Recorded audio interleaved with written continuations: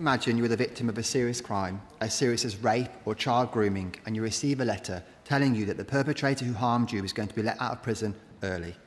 Appallingly, this is the experience right now for thousands of victims of crime, including some of the most serious crimes imaginable, thanks to the changes that have been made to our sentencing laws by this Labour government, helped by the Liberal Democrats. Before the Minister and Labour MPs, as he did, tells us as a result of prison overcrowding, I want every member of this House to be crystal clear about the actual choice this government is making. The last Labour government released 80,000 prisoners early. The last Conservative government also operated early release programmes, as this government has. That's not new, but these schemes excluded serious sexual offenders.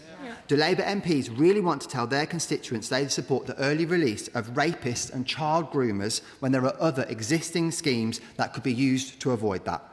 I want to pay tribute to grooming gangs campaigner Fiona Goddard, who, like many others, refused to be silent when she received her letter.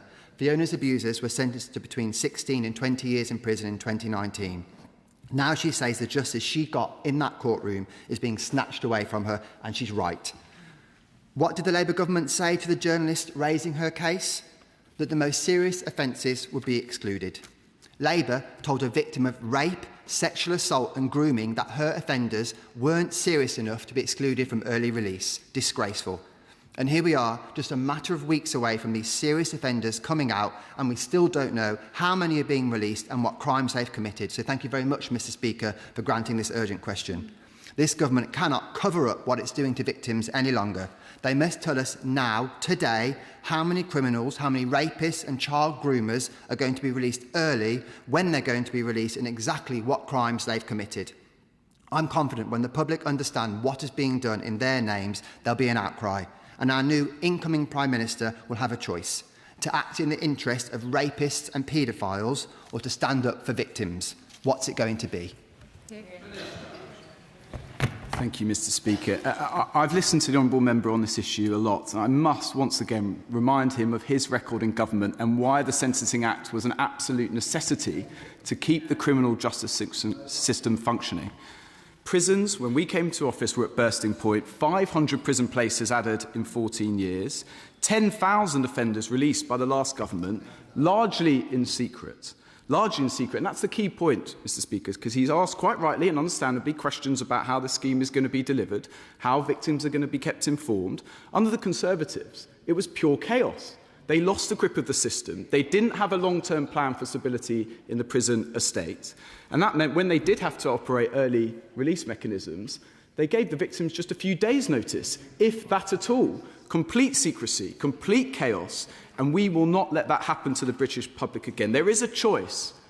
There is no alternative that has been offered by the opposition to the prison crisis that they created. There is a choice. Strict...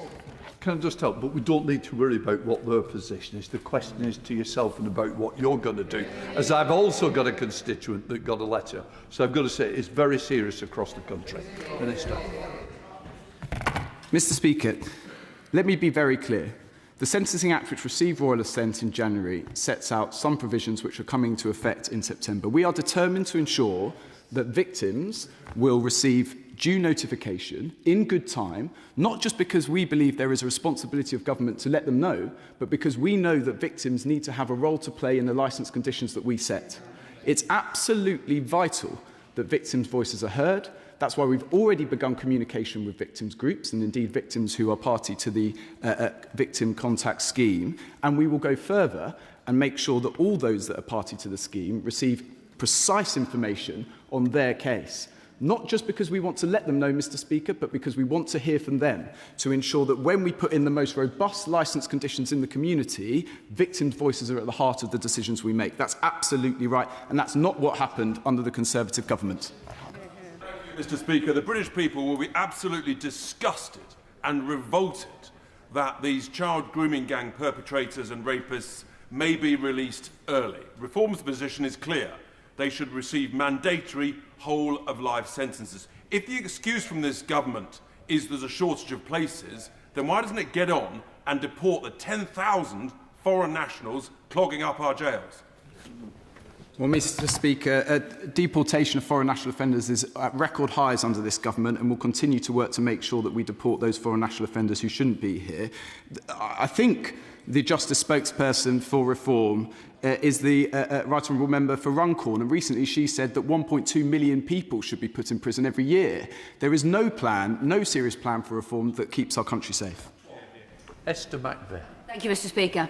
Last week, the government announced the first areas to be investigated as part of the rape gang inquiry. And yet, under this government's new Sentencing Act, rapists and child groomers will be released early from prison. The Minister must see that putting these criminals on the streets not only makes an absolute mockery of Labour's rape gang inquiry, but goes to prove Labour were never serious about giving one or locking up those perpetrators. Well, Mr. Speaker, as I said, there was an inquiry into these issues that was began by the last Conservative government. The chair of that inquiry, Professor Alexis Jay, said that their response was, quote, inconsequential, insubstantial, committed to nothing. Victims waited years for action and got nothing. There were briefings. It was, quote, hysterical and half-baked, highly emotional. The former Prime Minister Boris Johnson said money spent on child sex abuse inquiries as being, quote, spaffed up the wall. I will not take any lessons from her or the Conservative Party on this issue. A bit more.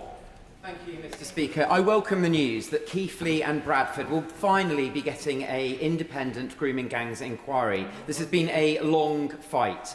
But for survivors like Fiona Goddard, who I spoke with again last night, that news has been bittersweet, because the very fact that Fiona and many other victims and survivors of the most horrific sexual violence have been written to by this government to inform them that the very rapists and paedophiles convicted of abusing them could be released as early as September is an absolute disgrace. Mr. Speaker, Fiona's life has been turned upside down, and she and many others right now live in fear of being re-traumatised once again by a system which is literally diminishing the horrors that happened to them.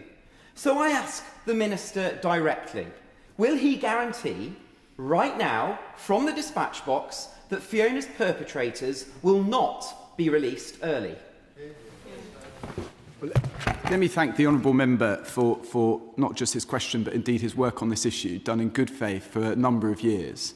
I will gently say to him, as I've said before, that the Sentencing Act which was passed, which is difficult, no doubt, is only on the statute book because of the failure of the Conservative government over 14 years to build appropriate prison places. And on the issue of grooming gangs, before coming to this place, I spent a large part of the previous decade working with victims of grooming gangs. I take it incredibly serious.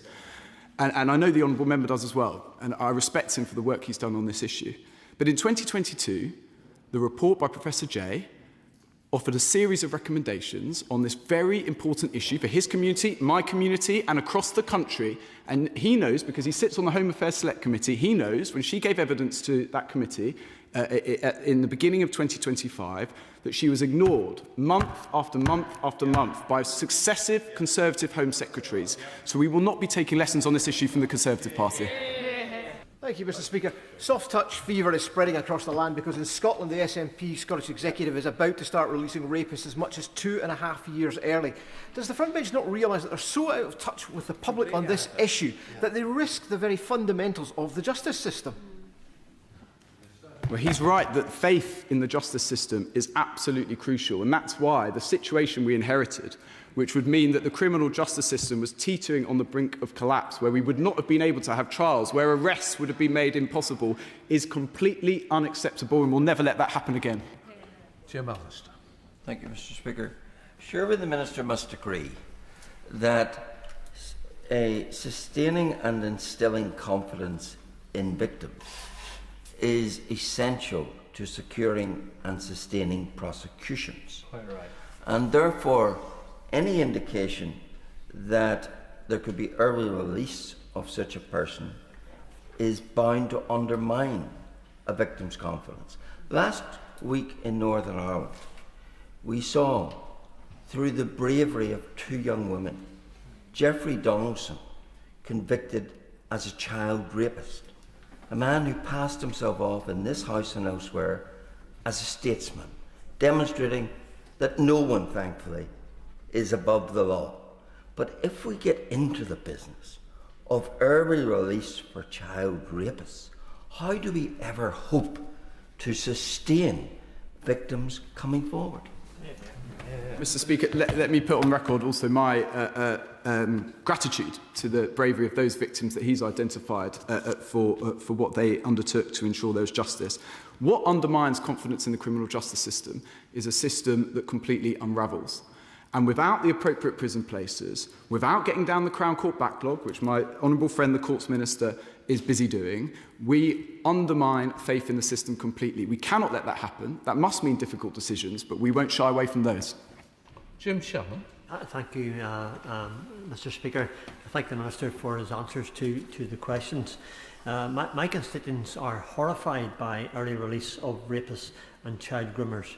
And if a criminal is sentenced to 15 years for destroying a child's life or committing an horrific rape, they should serve every single day, indeed every single hour of that sentence behind bars. Opening the prison gates early does not fix the justice system. It actively endangers women and children across the United Kingdom of Great Britain and Northern Ireland. And will the Minister urgently review these catastrophic legal changes and guarantee that no convicted rapist or child groomer will be given a get out of jail card by this Minister's department and this government, please? Thank you. Mr. Speaker, we will not shy away from the difficult decisions needed to save the criminal justice system, to ensure that we have prison places to put criminals behind bars. And Mr. Speaker, if I may, just briefly, by the end of this Parliament, more criminals will be behind bars than ever before. This is not a matter of being soft on crime, it's a matter of making sure that we can put criminals away in future. Point of order, Dr. Kieran Mullen. I genuinely seek your guidance and support, Mr. Speaker. I've submitted multiple written questions, FOI requests. We've had a name day question on this matter that was due to be answered on Friday, which the government has refused to answer as it should. The Minister said that the information we're after is in the impact assessment. That is not true. There is not the information on the number of offenders in terms of rapists and child groomers being answered. How do we in the public get answers to these very basic, incredibly important questions? Look, what I would suggest is I'm sure the bench has heard there's outstanding questions that should have been answered.